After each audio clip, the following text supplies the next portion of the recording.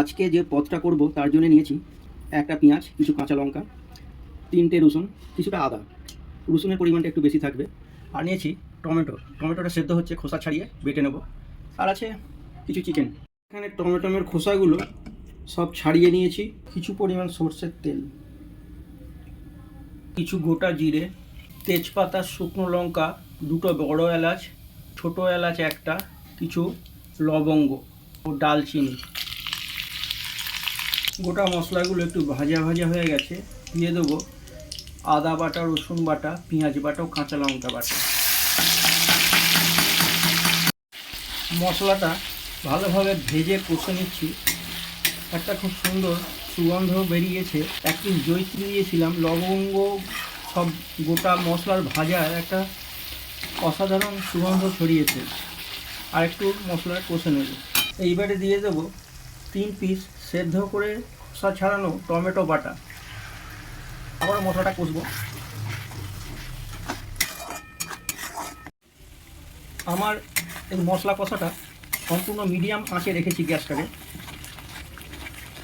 এইবারে গুঁড়ো মশলাগুলো, চায়ের চামচের 1.5 চামচ জিরে গুঁড়ো, হলুদ গুঁড়ো ও ধনে গুঁড়ো। মশলাটা একটু জল চাইছে, জল দিয়ে দেবো।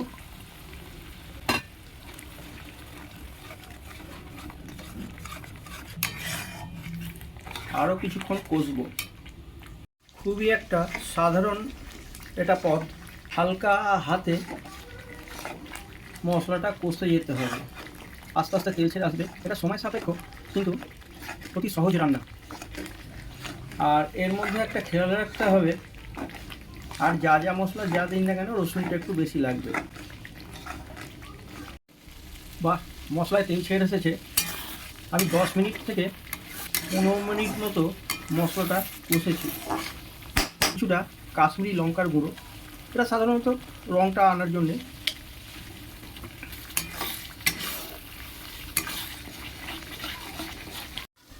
মশলাটা কিছুক্ষণ কষেছি, দিয়ে দেবো কসুরি মেথি। এটা একটা রান্নায় আলাদা সুগন্ধ আনে। আরও কিছুক্ষণ কষবো, তেল ছেড়ে এসছে।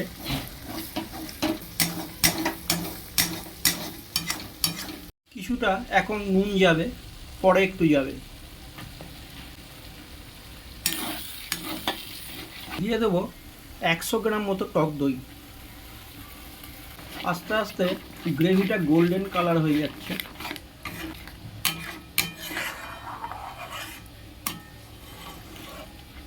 মশলার তেল ছেড়ে এসেছে। আমি এটা প্রায় 25 মিনিট থেকে 30 মিনিট কষেছি। এটা রান্নার স্বাদটা আরও সুন্দর হয়ে উঠবে। কিছু চিকেন, এখানে আমি 1.5 কিলো মতো চিকেন নিয়েছি।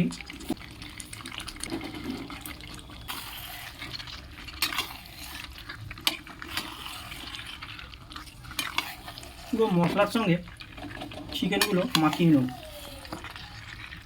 আস্তে আস্তে, তাড়াহুড়ো করা যাবে না।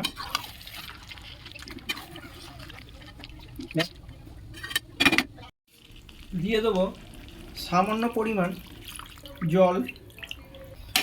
কিছুক্ষণের জন্য ঢাকা দিয়ে দেবো।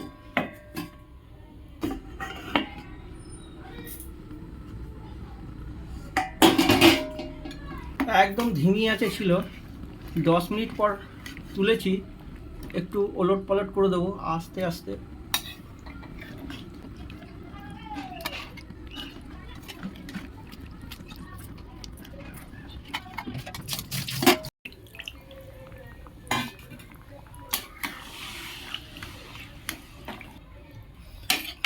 পুরো রান্নাটা আমার হচ্ছে মাঝারি আঁচে। ঢাকা দিয়ে দেবো।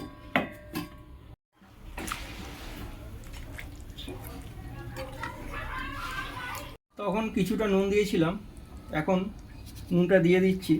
স্বাদ ও পরিমাণ মতো নুন, যাতে ওই নুনটার সঙ্গে ব্যালেন্সে চলে আসে। আস্তে আস্তে ওলট পালট করে দেবো।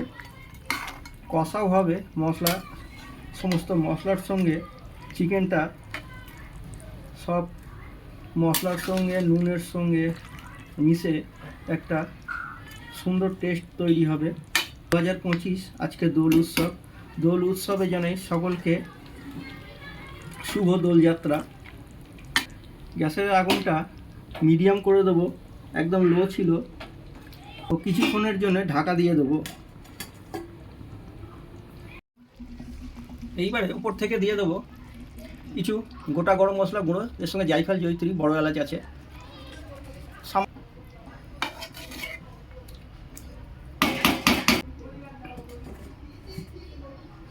গ্যাসের আঁচটা বাড়িয়ে দেবো।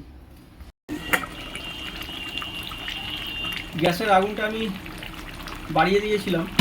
সুন্দর একটা গ্রেভি তৈরি হয়ে গেছে, না খুব মোটা না পাতলা, মানে চিকেনটা সম্পূর্ণ রেডি। আর মা মাংস খায় না, একটা ডিম দিয়ে দেবো। এতে যটা ইচ্ছা ডিম দেওয়া যায় এই রেসিপিটায়। আর কিছুক্ষণ ফুটে গেলে নামিয়ে নেব। স্বাদটা ঠিক রাখার জন্য সামান্য একটু মিষ্টি,